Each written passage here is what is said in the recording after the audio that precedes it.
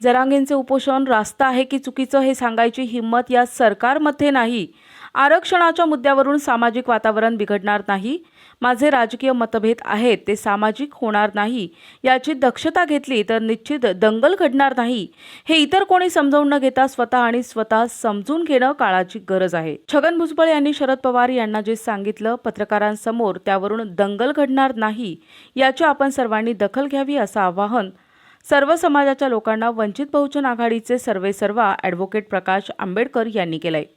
भूम येथे गोलाई येथे आरक्षण बचाव यात्रा दरम्यान भूमिती श्रद्धेय बाळासाहेब आंबेडकर यांचे यात्रा प्रसंगी ते बोलत होते.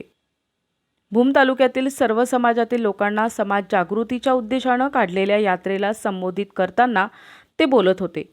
महाराष्ट्रात सध्या समाजकारण राजकारण बाजूला राहून विघटन होण्याचं चित्र सध्या पाहायला मिळतंय. ओबीसी म्हणतो मराठ्यांना मतदान करणार नाही, मराठा म्हणतो ओबीसींना मतदान करणार नाही, अशी परिस्थिती आज सर्व ठिकाणी पाहायला मिळत आहे. राजकीय भांडणं आता सामाजिक भांडणं होऊ लागली आहेत. याचंच कारण आज असं आहे की मी याच्या लग्नाला जाणार नाही, मी याच्या कार्यक्रमाला जाणार नाही, मी याच्या दुकानातून काही घेणार नाही, मी त्याच्या दुकानावर जाणार नाही, अशा पद्धतीचे सामाजिक विघटन होण्याची चिन्ह सध्या ऐकावयास मिळत आहेत. मराठा आरक्षणावर बोलताना सांगितले की मनोज जरांगे पाटील यांनी मराठ्यांना आरक्षण मिळण्याबाबत मुद्दा मांडलाय. मुद्दा रास्त आहे पण मांडणी चुकलेली आहे असं सांगत नरेंद्र मोदी यांच्यावरती टीका करत सांगितले की मागील 20 दिवसांपूर्वी असा एक कायदा केला आहे की मोठमोठ्या कारखानदारांचे 6.5 लाख कोटी रुपयांचं कर्ज माफ केलंय. हे मी कोणत्याही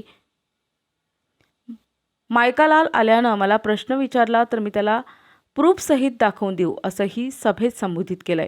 हे सरकार गरिबांचं नाही असाही टोला लगावलाय.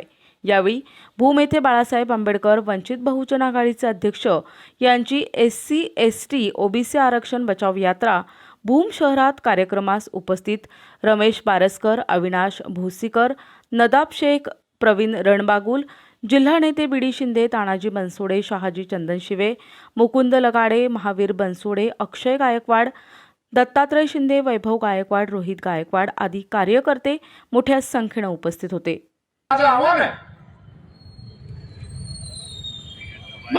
आहे की ज्यांना आरक्षण मिळाले त्यांनी आपलं आरक्षण शाबूत ठेवावं, त्याच्यासाठी लढावं आणि त्याच्यासाठी सगळ्याच गोष्टी करा. तो त्याचा अधिकार आहे. पण समाज व्यवस्थेमध्ये एखादा नवीन वर्ग निर्माण झाला असेल की जो गरीब झाला असेल पूर्वी तो श्रीमंत, पण काळाच्या ओघामध्ये तो सामाजिक, शैक्षणिक, आर्थिक दृष्टिकोनातून मागासलेला झाला असेल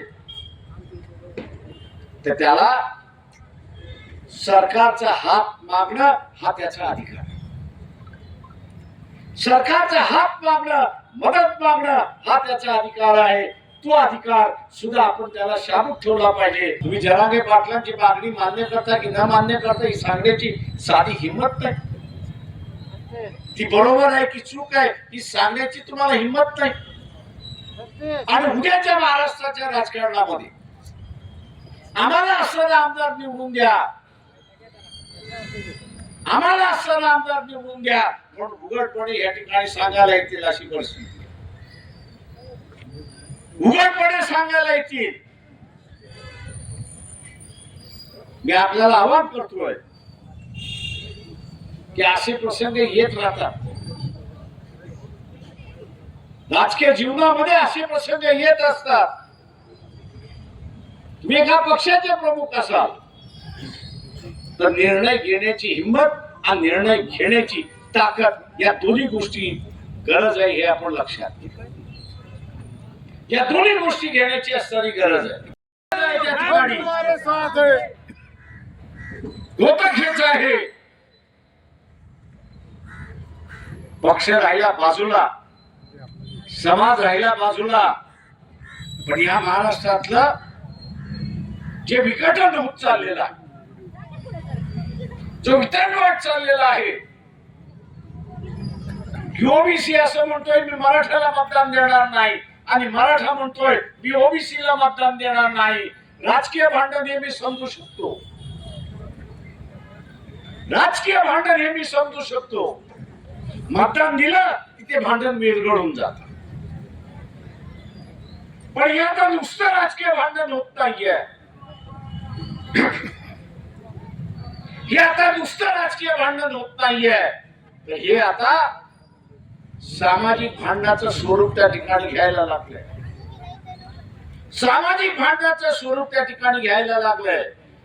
आणि ते म्हणजे मी याच्या लग्नाला जाणार नाही, तो म्हणतो मी त्याच्या लग्नाला जाणार नाही, मी याच्या दुकानातून खरीदणार नाही, मी त्याच्या दुकानातून खरीदणार नाही, मी याचं तोंड बघणार नाही, तो म्हणतो मी त्याचं तोंड बघणार नाही. त्याच्या असणाऱ्या आरक्षणावर बिघडू देणार नाही.